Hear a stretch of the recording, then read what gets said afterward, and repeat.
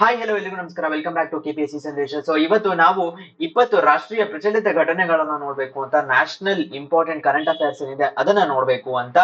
So ಇದು KS 2024ಕ್ಕೆ ನಾವು ಮಾಡ್ತಾ ಇರುವಂತಹ 40 ದಿನಗಳ ರ್ಯಾಪಿಡ್ ರಿವಿಷನ್ ಸೀರೀಸಿನ ಡೇ 36. ಇವತ್ತು ಬಹಳಷ್ಟು ಇಂಪಾರ್ಟೆಂಟ್ ಟಾಪಿಕ್ಸ್ ಅನ್ನ ಈ ವಿಡಿಯೋಲಿ ಕವರ್ ಮಾಡ್ತಾ ಇದ್ದೀವಿ.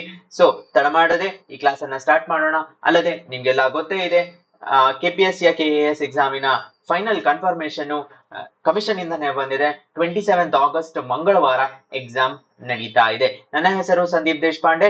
ಸೊ ಕ್ಲಾಸ್ ಸ್ಟಾರ್ಟ್ ಮಾಡುವ ಮುಂಚೆ, which of the below committees, ಕೆಳಗಿನ ಯಾವ ಸಮಿತಿಯು was in charge of drafting the national education policy, national ರಾಷ್ಟ್ರೀಯ ಶಿಕ್ಷಣ ನೀತಿ ಅಂತ ಏನಿದೆ ಅದನ್ನ ಡ್ರಾಫ್ಟ್ ಮಾಡಿದ ಸಮಿತಿ ಯಾವುದು ಅಂತ. ಅಶೋಕ್ ದಳವಾಯಿ, ರಂಗರಾಜನ್ನು, ಕಸ್ತೂರಿ ರಂಗನ್ ಹಾಗೂ ಮೀನಾ ಹೇಮಚಂದ್ರ ಸಮಿತಿ. ಸೊ ಇದರ ರೈಟ್ ಆನ್ಸರ್ ಅನ್ನ ನೀವು ಕಮೆಂಟ್ಸ್ ಅಲ್ಲಿ ತಿಳಿಸಿ. ರೈಟ್. ಸೊ ಮೊದಲನೆಯದಾಗಿ ಬರ್ತಾ ಇರುವಂತದ್ದು ಭಾರತೀಯ ಅಂತರಿಕ್ಷ ಸ್ಟೇಷನ್ ಅಥವಾ ಇಂಡಿಯಾದ ಓನ್ ಸ್ಪೇಸ್ ಸ್ಟೇಷನ್ ಅನ್ನ ಮಾಡಬೇಕು ಅಂತ. So prime minister Narendra Modi ಅವರು ಡೈರೆಕ್ಟ್ ಮಾಡಿದ್ದಾರೆ ಇಸ್ರೋಗೆ ಅವರದೇ ಆದಂತಹ ಒಂದು ಇಂಡಿಜಿನಸ್ ಆದಂತಹ ಸ್ಪೇಸ್ ಸ್ಟೇಷನ್ ಅನ್ನ 2035ಕ್ಕೆ ಸೆಟಪ್ ಮಾಡಬೇಕು ಅಂತ. ಇದು ಇಂಪಾರ್ಟೆಂಟ್ ಆಗತ್ತೆ. ಯಾಕೆ ಅಂತ ಕೇಳಿದರೆ, ಇಂಟರ್ನ್ಯಾಷನಲ್ ಸ್ಪೇಸ್ ಸ್ಟೇಷನ್ ಇನ್ನು ಈಗ ಸದ್ಯಕ್ಕೆ ನಡೀತಾ ಇದೆ, ಅದು 2030ರಲ್ಲಿ ಡಿಕಮಿಷನ್ ಆಗ್ತಾ ಇದೆ.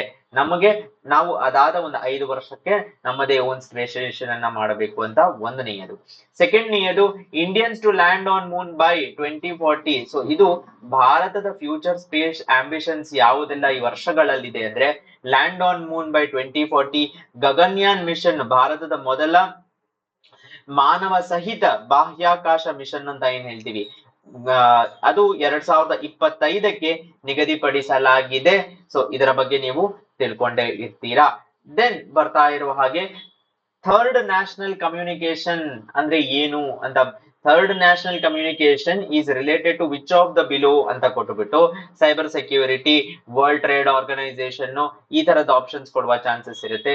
ನಿಜವಾಗಿಯೂ ಇದು ಎನ್ವೈರನ್ಮೆಂಟ್ ಕನ್ವೆನ್ಷನಲ್ UNFCCC ಏನಿದೆ ಅದಕ್ಕೆ ರಿಲೇಟೆಡ್ ಆದಂತದ್ದು. ಭಾರತ ತನ್ನ ಥರ್ಡ್ ನ್ಯಾಷನಲ್ ಕಮ್ಯುನಿಕೇಶನ್ ಮತ್ತು ಇನಿಷಿಯಲ್ ಅಡಾಪ್ಟೇಷನ್ ಕಮ್ಯುನಿಕೇಶನ್ ಇದೆರಡನ್ನು ಕ್ಲಿಯರ್ ಮಾಡಿದೆ. ಇಲ್ಲಿ ನೋಡ್ಬೋದು, G20ಯ ಒಂದು ಟೈಮಿನಲ್ಲಿ ಮತ್ತು ಪ್ರೆಸ್ ಇನ್ಫಾರ್ಮೇಶನ್ ಬ್ಯೂರೋನ ಒಂದು ರಿಲೀಸ್ ಇದು, third national communication and Indian adaptation communication to the UNFCCC.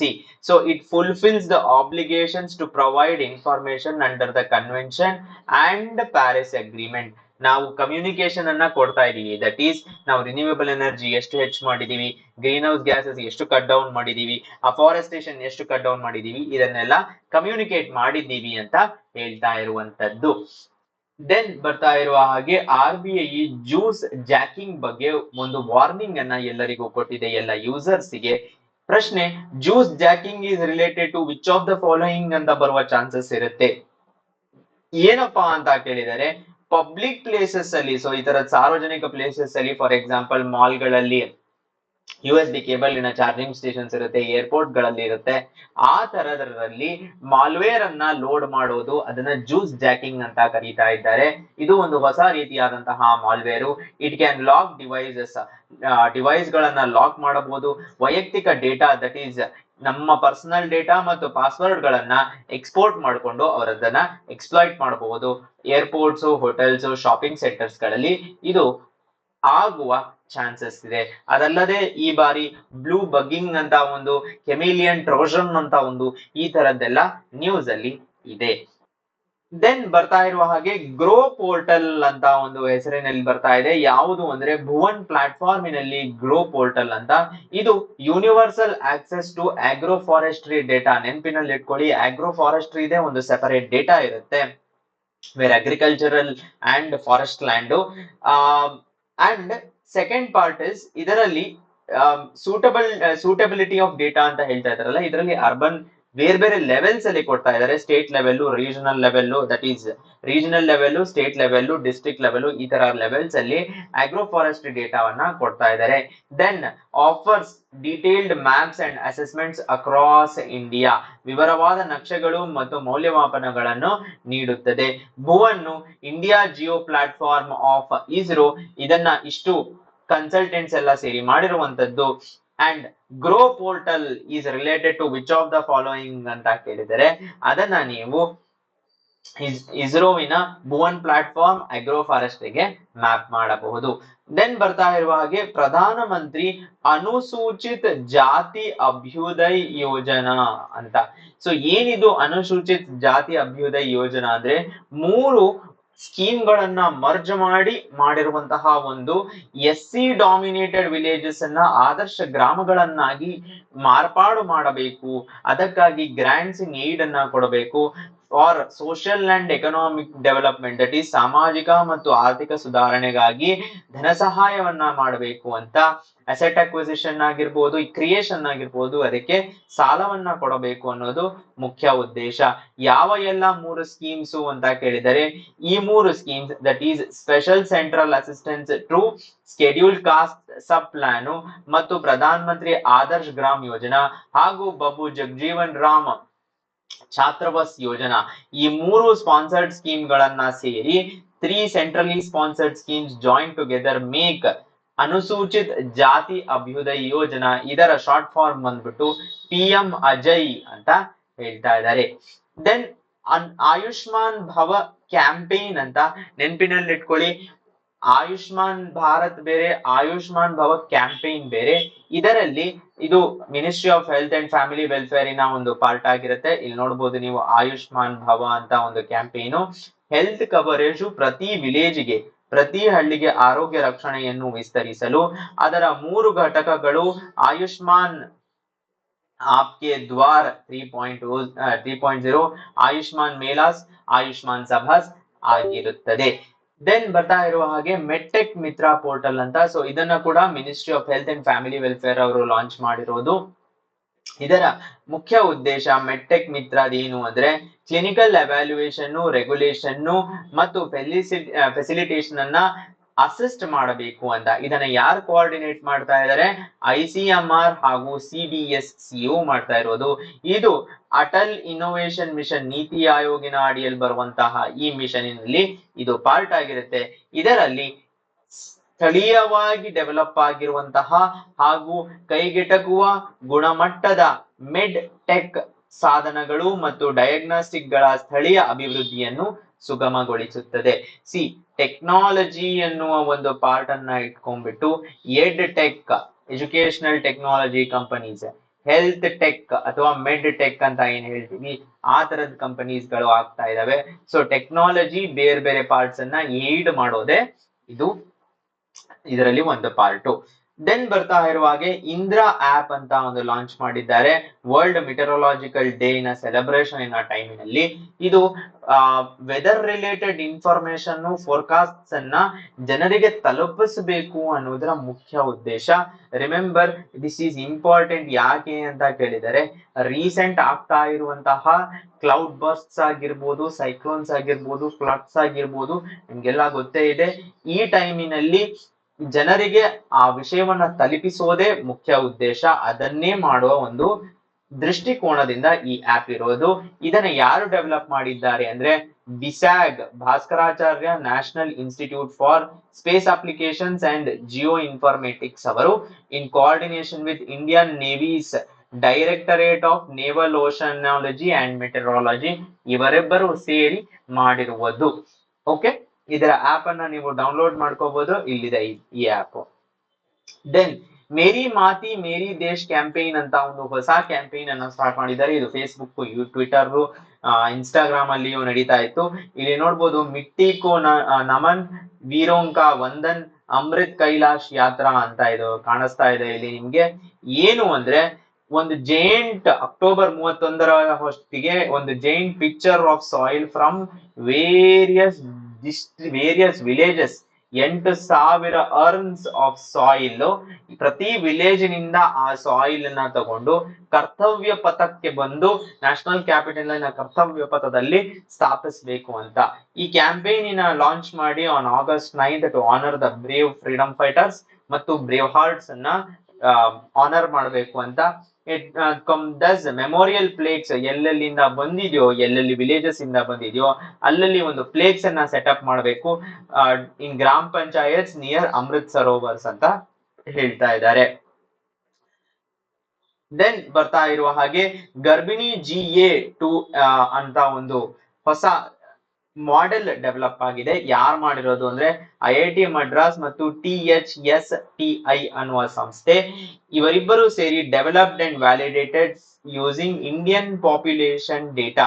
It is the first late trimester GA estimation model ಅಂತ ಕರೀತಾ ಇದ್ದಾರೆ. GA ಎಸ್ಟಿಮೇಷನ್ ಮಾಡೆಲ್ ಅಂದ್ರೆ ಜೆಸ್ಟೇಷನಲ್ ಏಜ್ ಮಾಡೆಲ್ ಅಂತ. ಸೊ ಇಲ್ಲಿವರೆಗೂ ವೆಸ್ಟರ್ನ್ ಪಾಪ್ಯುಲೇಷನ್ ಅನ್ನ ಇಟ್ಕೊಂಡು ಮಾಡಿರುವಂತಹ ಸಾಕಷ್ಟು ಮಾಡೆಲ್ಸ್ ಗಳಿದೆ, ಆದರೆ ಅದು ಫೀಟಲ್ ಗ್ರೋತ್ ಅನ್ನ ಅಂದ್ರೆ ಒಂದು ಮಗು ಬೆಳೆಯುವ ಒಂದು ಗ್ರೋತಿನ ವೇರಿಯೇಷನ್ಸ್ ಏನಿದೆ ಅದು ಇಂಡಿಯನ್ ಪಾಪ್ಯುಲೇಷನ್ ಗೆ ಸೆಟ್ ಆಗೋದಿಲ್ಲ, ಬಿಕಾಸ್ ಅದರದ್ದೇ ಆದಂತಹ ಒಂದು ಜಿನೋಮಿಕ್ ಡೆವಲಪ್ಮೆಂಟ್ ಬೇರೆ ಇರುತ್ತೆ. ಸೊ ಹಾಗಾಗಿ ಈ ಇಂಡಿಯನ್ ಪಾಪ್ಯುಲೇಷನ್ ಇನ್ನ ಇಟ್ಕೊಂಡು ಮಾಡಿರುವಂತದ್ದು GA2.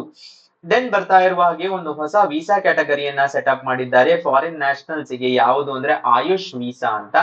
ಇದರಲ್ಲಿ ಮುಖ್ಯವಾಗಿ ಯಾರೆಲ್ಲ ಆಯುರ್ವೇದ ವೆಲ್ನೆಸ್ ಮತ್ತು ಯೋಗ ಟ್ರೀಟ್ಮೆಂಟ್ ಗೆ ಭಾರತಕ್ಕೆ ಬರಬೇಕು ಅಂತ ಇದ್ದಾರೆ, ಅವರ ವೈದ್ಯಕೀಯ ಮೌಲ್ಯದ ಪ್ರಯಾಣವನ್ನು ಉತ್ತೇಜಿಸಲು ಭಾರತದ ಹೀಲ್ ಇನ್ ಇಂಡಿಯಾ ಅನ್ನುವ ಪ್ರೋಗ್ರಾಮು. ಸೊ ನಿಮ್ಗೆಲ್ಲ ಗೊತ್ತೇ ಇದೆ, ಮೇಕ್ ಇನ್ ಇಂಡಿಯಾ ಆಯ್ತು, ಅಸೆಂಬಲ್ ಇನ್ ಇಂಡಿಯಾ ಆಯ್ತು, ದೆನ್ ಹೀಲ್ ಇನ್ ಇಂಡಿಯಾ ಅಂತ ಒಂದು ಇನಿಷಿಯೇಟಿವ್.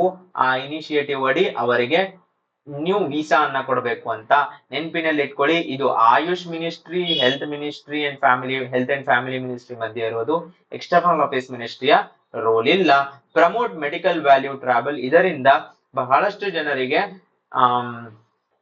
ಇಲ್ಲಿ ಉದ್ಯೋಗಾವಕಾಶಗಳು ಒಂದು ಅಂಡ್ ಫಾರಿನ್ ಎಕ್ಸ್ಚೇಂಜ್ ಇನ್ಫ್ಲೋ ಕೂಡ ಆಗುತ್ತದೆ.